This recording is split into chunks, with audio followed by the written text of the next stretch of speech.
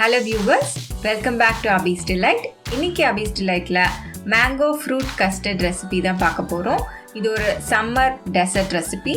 But இதெல்லாம் பார்க்கறதுக்கு முன்னாடி நீங்க நம்ம சேனலை இன்னும் சப்ஸ்கிரைப் பண்ணலன்னா சப்ஸ்கிரைப் பண்ணிட்டு பாருங்க. அப்பதான் நான் போடுற எல்லா ரெசிபீஸையும் நீங்க பார்க்க முடியும். இப்போ மேங்கோ ஃப்ரூட் கஸ்டர்ட் செய்யறதுக்கு ஃபர்ஸ்ட் வந்து நம்ம ஜவ்வரிசியை வேக வச்சுக்கலாம். ஸோ ஒரு பாத்திரத்தை அடுப்பில் வச்சுருக்கேன். 2 டேபிள் ஸ்பூன் ஜவ்வரிசியை நான் ஊற வச்சுருக்கேன். அதை எடுத்து வேக வச்சுக்கலாம். ஸோ இது வெந்துடுச்சு. வெந்ததுக்கு அப்புறமா எடுத்து இந்த தண்ணியெல்லாம் ஃபில்டர் பண்ணிடலாம். இந்த தண்ணியோட நம்ம வந்து கஸ்டர்டில் ஆட் பண்ணக்கூடாது. அப்படி ஆட் பண்ணோன்னா இது ரொம்ப திக்கான மாதிரி ஆகிடும்.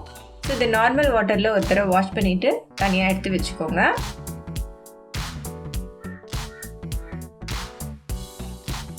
இப்போ இன்னொரு பேனில் வந்து 1/2 லிட்டர் பால் நான் ஆட் பண்ணிக்கிறேன்.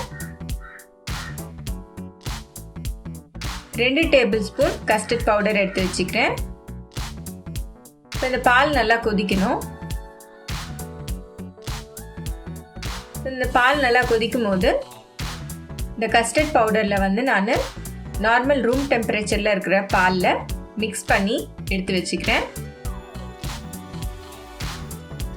பால் நல்லா கொதிச்சிடுச்சு. இது ஒரு தடவை மிக்ஸ் பண்ணி விட்டுடுங்க. மிக்ஸ் பண்ணதுக்கு அப்புறமா நம்ம இந்த கஸ்டர்ட் பவுடரை வந்து பாலில் மிக்ஸ் பண்ணி வச்சுருக்கோம் இல்லைங்களா, அதை ஆட் பண்ணிக்கலாம். ஸ்டவ்வை வந்து நல்லா கம்ப்ளீட்டாக ஸ்லோ ஃப்ளேமில் வச்சுக்கோங்க. இதை வந்து நல்லா மிக்ஸ் பண்ணி விடணும், இல்லைன்னா க்ளம்ஸ் ஃபார்ம் ஆன மாதிரி ஆகிடும். ஸோ லோ ஃப்ளேமில் வச்சுட்டு இதை நல்லா மிக்ஸ் பண்ணுங்கள்.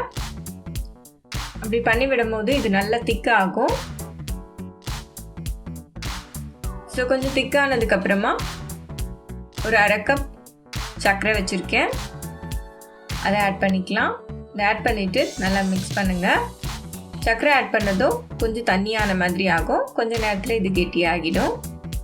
இந்த மாதிரி நல்லா கிரிமியாக ஆனதுக்கப்புறமா ஸ்டவ்வை ஆஃப் பண்ணிவிடுங்க. ஆஃப் பண்ணிவிட்டு இது வேறு ஒரு பவுலில் மாற்றி வச்சுக்கலாம். இப்போ இது வந்து நல்லா கூல் ஆகணும். அதுக்கு முன்னாடி ஃப்ரூட்ஸ்லாம் ஆட் பண்ணக்கூடாது. ஸோ இப்போ இது நல்லா கூல் ஆகிடுச்சு. இப்போ வந்து நம்ம ஒன்று ஒன்றா எல்லாத்தையும் சேர்த்துக்கலாம். மாம்பழம் வந்து 2 மாம்பழம் நான் நல்லா பியூரியாக அரைச்சி வச்சுருக்கேன். ஸோ அதை ஆட் பண்ணிக்கோங்க. உங்கள் மாம்பழம் எவ்வளோ டேஸ்ட்டாக இருக்கோ அதுக்கேற்ற மாதிரி இந்த கஸ்டர்டும் ரொம்பவே டேஸ்ட்டாக இருக்கும். ஸோ இதை நல்லா மிக்ஸ் பண்ணி விட்டுடுங்க. மாம்பழம் ஆட் பண்ணதுமே வந்து கலர் நல்லா சேஞ்ச் ஆகிடும். இது கூட ஒரு 1/2 கப் ஃப்ரெஷ் க்ரீம் ஆட் பண்ணிக்கிறேன். இது கண்டிப்பாக நீங்கள் ஆட் பண்ணி செஞ்சு பாருங்கள். ரொம்ப க்ரீமியாக ரொம்ப ரிச்சாக உங்களோட டெசர்ட் ரொம்ப சூப்பராக இருக்குங்க. கண்டிப்பாக ட்ரை பண்ணுங்கள். அப்புறமா நம்ம என்னென்ன ஃப்ரூட்ஸ் வச்சுருக்கோமோ அது எல்லாத்தையும் சேர்த்துக்கலாம். ஃபர்ஸ்ட் நான் வந்து அந்த ஜவ்வரிசி ஆட் பண்ணிக்கிறேன். இந்த ஜவ்வரிசி வந்து கடிக்கும் போது அது ஒரு டேஸ்ட்டாக இருக்கும். ஸோ இப்போ வந்து நான் மாதுளப்பழம், வாழைப்பழம், மாம்பழம் இது 3 நான் ஆட் பண்ணுறேன். இது கூட நட்ஸ் வந்து நான் முந்திரியும் பாதாமும் ஆட் பண்ணியிருக்கேன். இந்த ஃப்ரூட்ஸ் வந்து கம்ப்ளீட்லி உங்களோட சாய்ஸ் தான். ஸ்ட்ராபெரி, ஆப்பிள், நீங்கள் என்ன வேணாலும் ஆட் பண்ணலாம். பிஸ்தா ஆட் பண்ணலாம். எதுனாலும் உங்களோட சாய்ஸ் தான். கிரேப்ஸ் கூட ஆட் பண்ணலாம். இப்போ இதை வந்து மேலே அதே ஃப்ரூட்ஸ் வச்சு நான் கொஞ்சம் டெக்கரேட் பண்ணிக்கிறேன். பார்க்குறதுக்கு நல்லா ஃபீலிங்காக இருக்கும். இதை வந்து எடுத்து ஃப்ரிட்ஜில் ஒரு 1 hour வச்சுருங்க.